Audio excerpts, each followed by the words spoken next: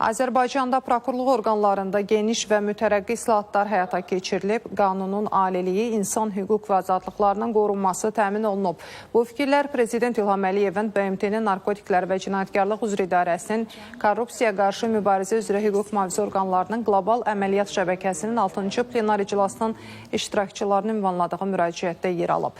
Bildirilib ki, azad edilmiş torpaqların tərəqqi və sülhün hökm sürdüyü məkana çevrilməsi dövlət siyasətinin əsas sütunlarından biridir.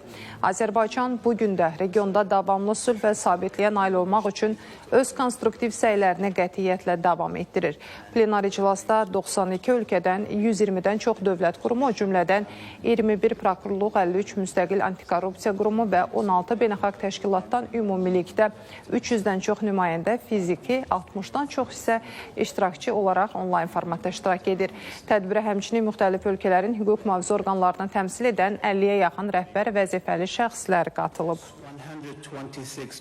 Azərbaycanda korrupsiya qarşı mübarizə kompleks yanaşma əsasında aparılır. Cəza təqibi ilə yanaşı institusional islahatlar, ictimai maarifləndirmə, rəqəmsal texnologiyaların tətbiqi və vətəndaş cəmiyyətinin iştirakı ilə bircə geniş tədbirlər həyata keçirilir. Korrupsiyaya qarşı mübarizədə əməkdaşlıq ən güclü vasitədir. Bu məsələdə Qlob şəbəkəsinin əhəmiyyəti çox vacibdir. Sizin əməkdaşlığınız sayəsində biz nəticələr əldə edirik. Biz korrupsiyanın cücərdiyi meydanı bağlamaq üçün hər imkandan istifadə etməliyik. Bu platformadan istifadə edərək qanunvericilik predmetlərini müəyyən etmək lazımdır.